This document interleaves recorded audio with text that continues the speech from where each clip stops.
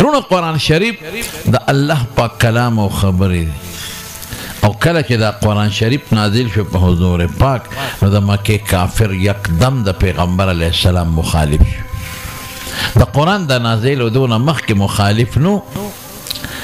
هغوی به د حضور پاک ډېر قدر کو ډېر عزت به یې کو صادق به یې ورته وی رښتونی امین به یې ورته وی امانتګر ډېر عزت یې په مکه کې چې څومره عزت زموږ د ښکلي مبارک پیغمبرو د قرآن د نازلېدو نه مخکې خلکو یې څومره قدر کو څومره عزت کو یقین کوه که په مکه کې دونه قدر د بل چا په ډېر دروند نظر به ورته خلکو کتل ځکه حضور پاک کې ډېر زیات د خلکو سره مینه او محبت انسانیت پکې حد ته رسېدلی خو چې کله قرآن شریف نازل شو یکدم خلک دشمنان شو د مکې خلک مخالفین او هغوی غټ اعتراض دا وکړه حضور پاک وی دا د الله قرآن دی په ما نازل شو وی نه دا ستا خپلې خبرې دي دا د خدای قرآن نه دی دا تا جوړې کړې دي د ځانه بس الله پې خفه شو چې دا ما جوړې کړې دي دا تاسو څه وایې الله قرآن شریف کې آیت نازل کړ قل لئن اجتمعت الانس والجن على ان ياتوا بمثل هذا القران لا ياتون بمثله ولو كان بعضهم لبعض ظهيرا زه تاسو د قرآن شریف په شان قرآن جوړ کړئ زه تکړه شئ دا ما جوړ کړ دا تاسو زما ربي حضور پاک ما ربي دی تاسو ما ربي تاسو کې فصیحان شته بلیغان در کې شته په عربی پوهېږي هوښیاران در کې شته انسانان خو څه کې پیریان ځان سره ملګري کې او د قرآن په شان جوړ کې بیا ورته اسانه کړه فأتوا بعشر صور مثله مفتریات زه د لسو صورتونو په شان جوړ کې بیا ورته نوره م اسانه کړه وإن كنتم في ريب مما نزلنا على عبدنا فأتوا بصورة من مثله د رکوټي صورت په شان یو صورت جوړ کې زه تکړه شي هغې زمانې نه واخله تر اوسه پورې که څومره کافران دي یهودیان عیسایان هر څوک چې دي د قرآن شریف د پټې صورت برابر صورت یې نه جوړ کړی شو نه جوړولی شي مثلا زه یو کار وکړم زه ملکه دا ګیلاس ما نه جوړ کړو ته وایې نه تا جوړ کړی دی زه یم ته داسې جوړ کړه ځه څوک جوړولی شي بغیر د کارخانې قرآن که تاسو وایئ چې حضور پاک جوړ کړه پټې صورت پکې وګورئ یو دوه درې کرښې زه تاسو جوړ کړئ هغسې به جوړوئ د هغې خپل کمالات دي او خپل قواعد دي طالبان پې پوهېږي زه یې جوړ کړئ نشي جوړول ولې هغه وجه یې درته ښیم وجې ډېرې دي خو یو وجه یې درته ښیم دا چې دا زموږ د حضور پاک معجزه ده قسم دی که د معجزې مثال څوک پیش کړی شي زه به یو څو مثاله درکړم زه د دنیا جادوګر دې داسې پیش کړی شي حضور پاک یو ځای کې روټۍ خوړه یو صحابي وله ډوډۍ کړی و او هغه چیلې پخ کړی و چې هغه یې غوښې صحابو ټول وخوړې نو هډوکي یې لاندې وغورځول صحابو ته یې وایي دا هډوکي راغونډ کړې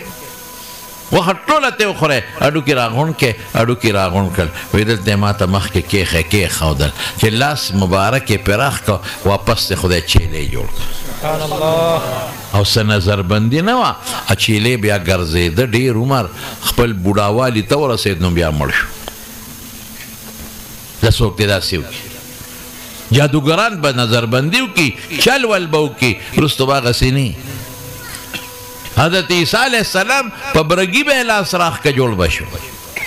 ړوند له به یې په سترګو لاس راښ که جوړ به شو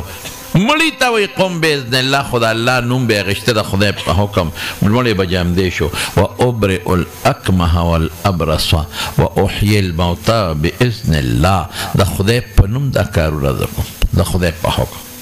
زه څوک دی وکړي داسې حضور پاک چې کله هجرت کوم د هجرت په سفر کې یو ځای ته ورسېد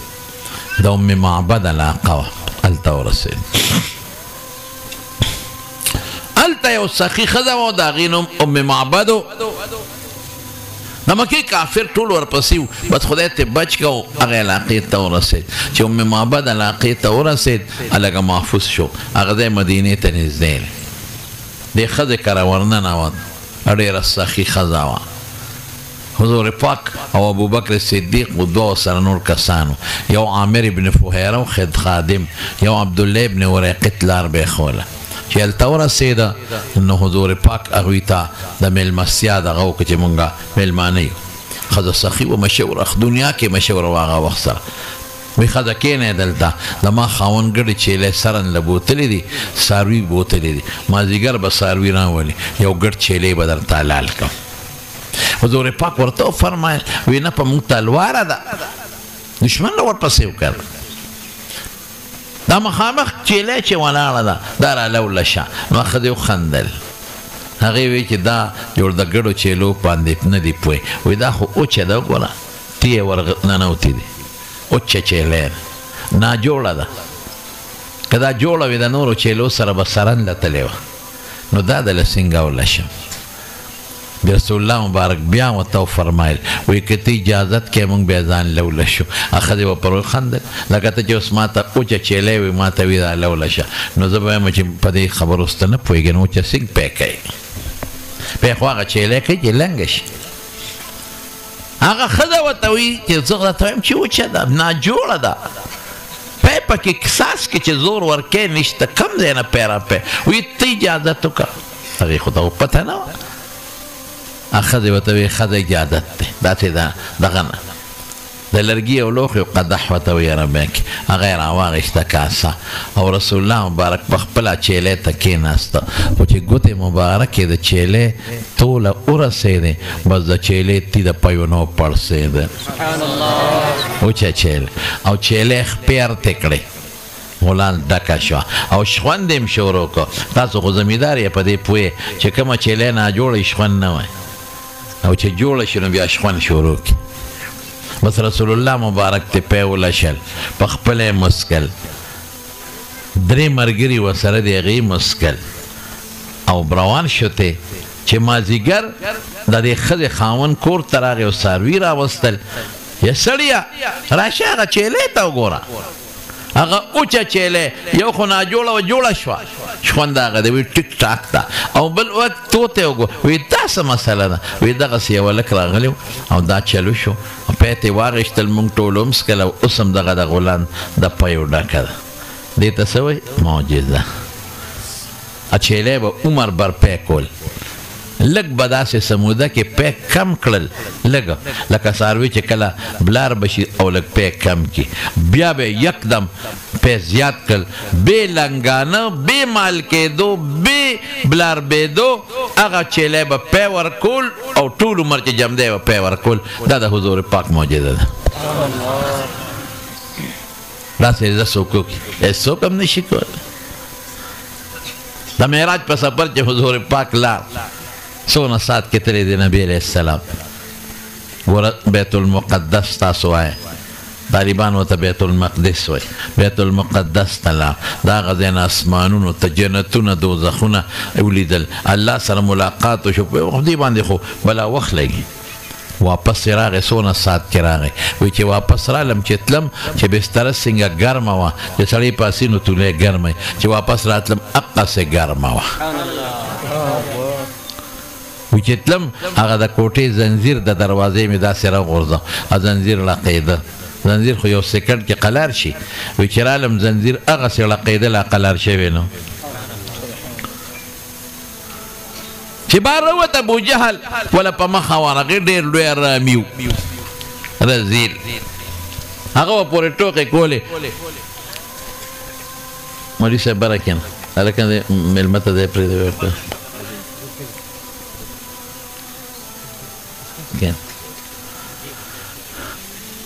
هغه به پورې ملنډې کولې ټوکې کولې وی هلکه نن څه نوې ناشنا شته که نه وی او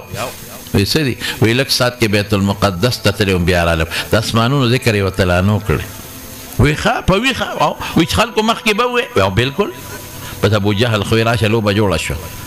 ځکه په ویښه بیت المقدس ته تلل راتلل دا سینګ په لږ ساعت کې کېږي خلک یې ورته راغونډ کړل د مکې خلک ټوکو دپاره لکه زه تاسو ته یم چې لکه لږ ساعت کې په ویښه زه تللی وم او د دې ځای نه مکې ته بیا رالم ته بیا ملا صاحب دماغ ودنګلي دي څوک چېرته مني چې خلک یې راغونډ کړل ورته نو رسول الله صلی الله علیه وسلم کېناست نو دوی ورته وی ورته ووایه دوی ته بلکل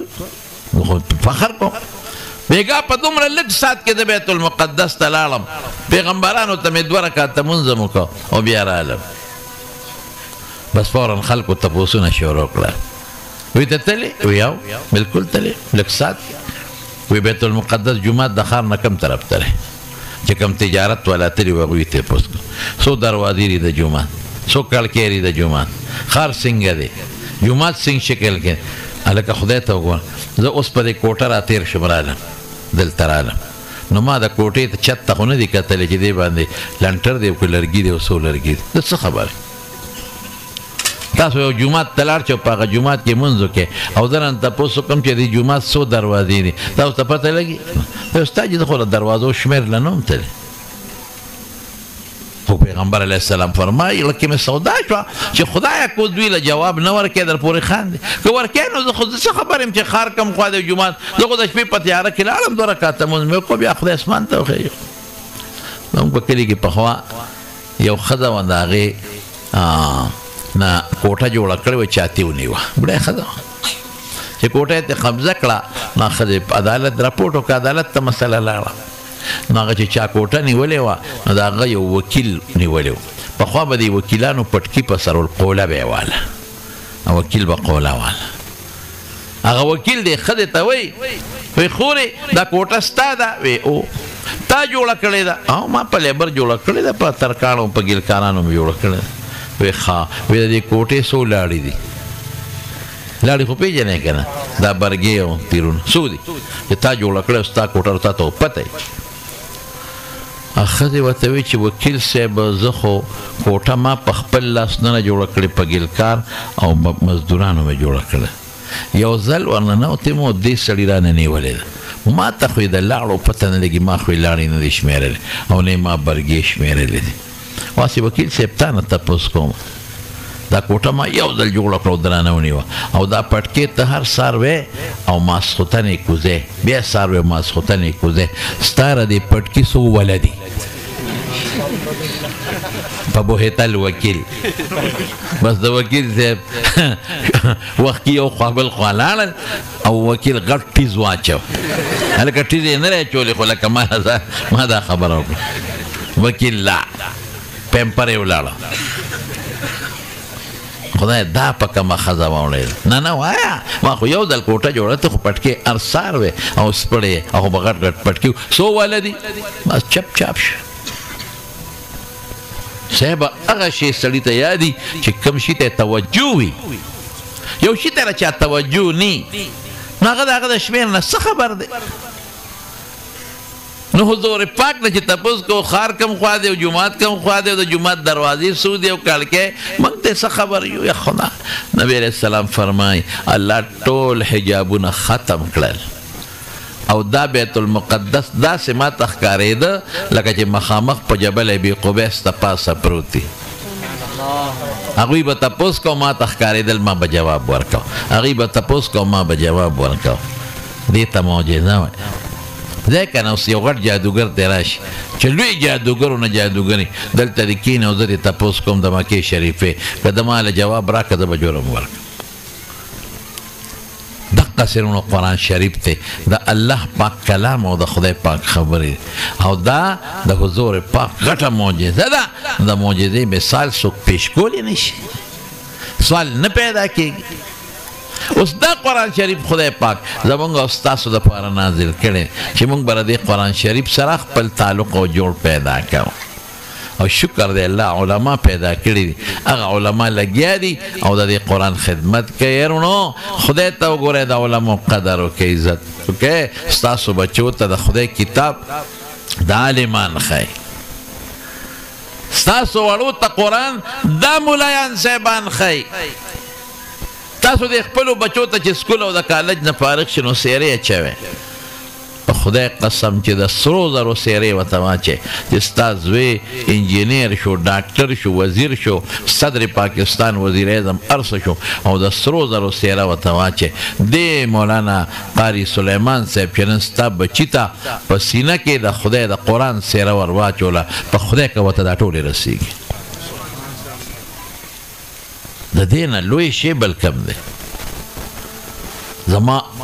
صرف یو استاذ پاتې دی نور استادان زما ټول مړه دي زه اوس هم د هغه قدر عزت کوم زما استاد و جمدیو مفتی صاحب محمد فرید رحمت الله علیه زه به سروبې ته د هغه ملاقات لسم استاد ما ته دوه ټکي ښودې د استاد خو ډېر لوی قدر دی ډېر لوی عزت دی موږ کې د استاد قدر نشته استاد ته داسې ګورو لکه د مزدور په شان مولانا اشرف علي تانوي رحمت الله علیه لیکلي دي یو ځای کې یو ملا صاحب هغه به غریب تلاوت خلکو ته به یې مونځ کوه ورڅه به کول یو کور نه ورته چا په دغه کې کیر راوړه په پلیټ کې او داسې کور نه راغی چې هغې په جون کې وله کیر نه رالېږل بلکې ډوډۍ نه ورالېږل هغه ویل لکه څنګه چل دی نن هم څنګه لار دې خطا کړه زه خو چې دې جومات ته راغلی یم نو ما ستاسو د کور چېرته نوړی نه ده لیدلی او نن م راپسې کیر راوړه د ماشومان ګورې دروغ نه وایي رښتیا وایي ماشوم نه چا تپوس وکړه وایي پلار دې کوم ځای دی کور ته لاړ پلار ورته بچي ورته وایي چې نشته چې ماشوم راغی وایي بابا مې وایي چې نشته هغه دروغ نه وایي که نه رښتیا وایي ماشومان دا خو یې موږ په دروغو راواړو نه ماشوم ورته رښتیا ووایي وایي دا سپي جوټه که نو مور مې و ستا جیله یوسه های های دا وره شامی کشتا د ایمان په بابونو کې وګوره چې چا یو عالم ته د علم په بنیاد د توهین او د بېعزتۍ په نظر وکتل ایمان ته خلاص هر شوی استاد جي ما یو ځای کې یو طالب امام کړی ما له راغی او ډېر سخت غوسه و چې دوی له بیا څوک ونه لېږي ښه دا داسې خلک مې ولې یاره یو بابا راغی وی ما ته استاده مې ولې بابا وی راشه دی خو وی غلی غوندې و جس استاد غوسه خو دی نو پخوا که ستاسو خیال و په دې جومات کې به د متیازو ځان له ځای او لوټې به پرتې وي خلکو په اودس وچو اوس هم ستاسو په دې جوماتونو کې به د ښاریو کې ورو ختم شو باقاعده به د لوټو خپله کوټګۍ وه کې به لوټې پرتې وي خلکو به راوړې پرتې به وي چې اودس پیمات که په هغې به یې ځان وچو وایي ما ته بابا وایي چې دا لوټې غټې پرتې دي ته دلته ناست نو دا وړې وړې کوه که نه مورې کوه ته دا لوټې راله وړې وړې که مې نه خدای بېادبي دې ما پرې چې سبا راته وایي چې په دې لوټو مې ومږه چې پاک شمه های های بس هغه هم باجوړې طالب و باجوړې طالب وایي نور څه نو خو سپلی مې وه یو چته مې کړه بابا له به د مازدیګر له روبروله چې ستا هغه داسې کړي هلته یې د پیغمبر په مصله ودرولې مو دلته راودس ماتې لوټې بدله وړې وړې کوم وایي ښه مې وغربو او یې راوتښتېدم بیا ولې مو ونه لېږې دا زموږ حال نو وایي دا سپي جوټه کړی ملا صاحب له یو بس هغه له غوسه ورله چې غرض شو هغه کاسې دیوال له روبروله خدای مې خو باسه چې سپي یې جوټه کړي ما لې راوړې زه سپی یم ماشوم چیغې کړې زما کاسر یې ماته کړه زما کاسر یې ماته کړه هغه ورته وایي څه چیغې وې ټوله محله یې راغونډه کړه استاد جي ماشوم ولې ژاړې کاسر یې ماته کړې پیسې به درکړم د کاسې نه که نه دا زما کاسره خدای ستا څه کاسره وایي دا ما پیشوګان ساتلي دي هغې ته پکې ډوډۍ ږدمه ما اشرف علي صاحب کانا بھی مزیدار اور کاسا بھی مزیدار دغه زموږ حال دی دا علماء به قدر کوي په څه نیت به قدر کوي د مولانا سلیمان صاحب شو او د دې نورو قاریانو صاحبانو په څه بنیاد به قدر کوي چې زما بچو ته زما د رب قرآن ښایي کلام ښایي ما ته عقیده ښایي ما له ښکلې مدرسه جوړه کړې ده او موږ دا خدای ته تاسو نږدې کوي ښه انسان هغه دی چې د خدای د قرآن قدر وکړي ښه انسان د خدای په نزد هغه دی چې شاعر الله د قرآن شریف د جومات د ګیرې د پټکي او د دقه علماو عزت او قدر وکړي دې ته به د قدر په نظر ګورئ نو خدای پاک به تاسو له عزت درکوي دې ته به د بېعزتۍ په نظر نه ګورئ بیا به در باندې خدای پاک به ناراض شي نقصان بدله درکړي شکر الحمدلله چې دا قاریان صاحبان لګیا دي او ستاسو په کلي کې د قرآن خدمت کوي او زما ګمان دا دی چې ستاسو یو کور به داسې نه پاتې چې د دې په برکت به د قرآن رڼا دغې کور ته نه رسېدلې ټولو ته به رسېدلې وي که نه انشاءالله نو درنو د دې مدرسې به هم خیال ساتئ قدر به کوئ او دی غریب د ډېر لرې ځای نه نور قاریان هم دي د ټولو به احترام کوي عزت به کوي په خپل مخ دوی لی رالېږي د خولې نوړی ورسره نیموئ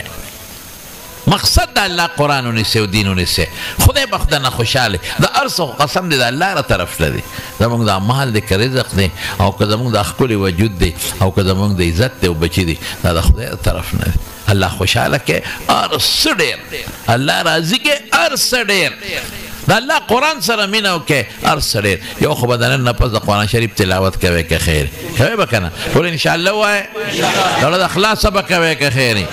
یو به دا کوئ او دویم یو بچی د سره داخل کې چې قرآن به یو بچی علم وکړي او مدرسې سره مو سره کومک کوئ ځکه خامخا استادان دي له 100 روپۍ خرچه به کېږي د اخلاص نه تعاون کوئ دا څو خبر مې ستاسو خدمت کې عرض کړی ډېر زیات خوشحاله شوم لږ نه ډېر ستاسو په دې راغونډېدو او د دغه مدرسې نه څونه ګڼ کسان فارغ شوي دي په هغې الله یې تاسو هم خوشحاله کړي او الله یې دې قاریانو صاحبانو لم په عمر او علم کې برکت واچوي